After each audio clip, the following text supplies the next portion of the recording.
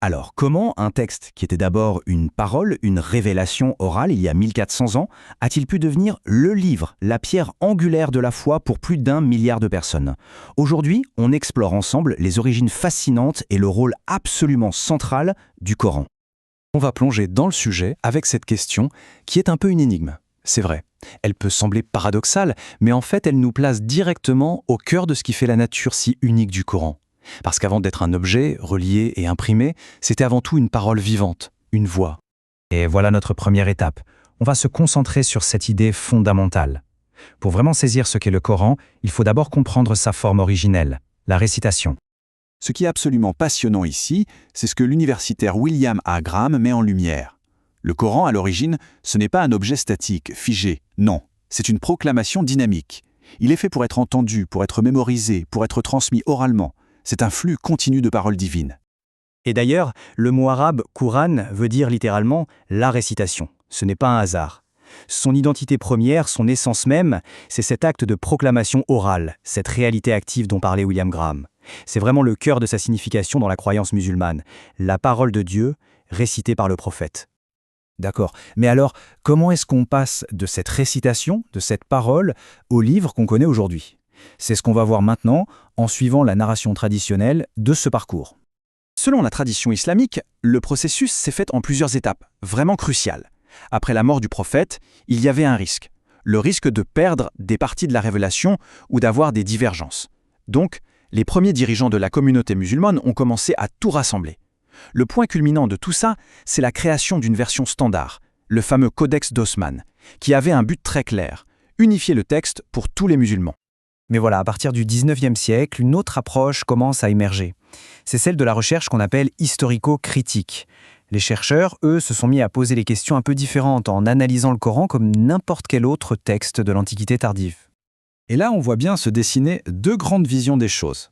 D'un côté, on a le récit de la foi. De l'autre, une perspective académique qui voit le Coran non pas comme une création isolée, sortie de nulle part, mais comme un texte qui s'inscrit pleinement dans le riche paysage religieux et littéraire de son époque. Un texte qui est en interaction, en dialogue, avec les traditions juives et chrétiennes.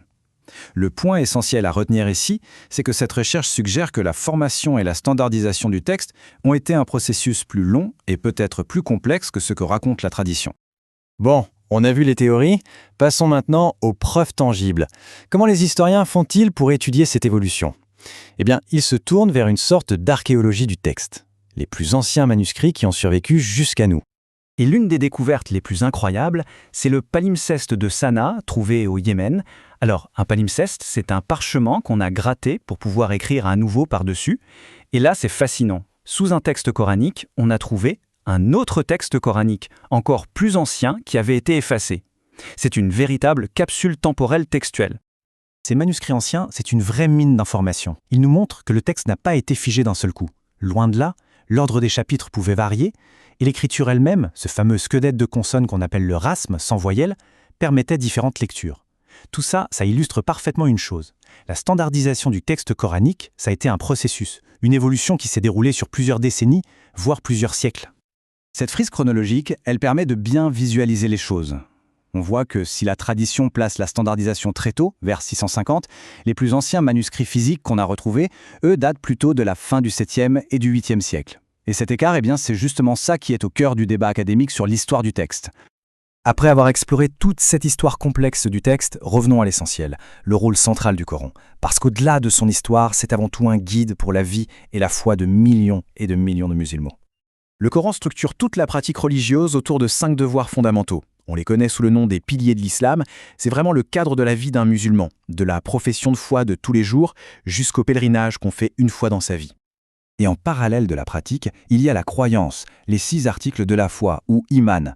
Ce sont les convictions fondamentales qui sont à la base de la vision du monde musulmane. La foi en un Dieu unique, bien sûr, en ses messagers, en ses révélations et en un plan divin. Mais le Coran, c'est aussi et peut-être surtout un guide moral. Prenez ce verset par exemple. Il met l'accent sur une vertu centrale, l'humilité. Il ne s'agit pas seulement de rituels, mais bien de la manière dont on se comporte au quotidien.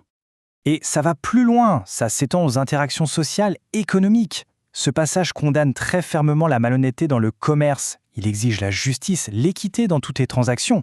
C'est un exemple très clair de la façon dont le texte fournit un véritable code éthique pour la vie en société. On termine donc sur cette question.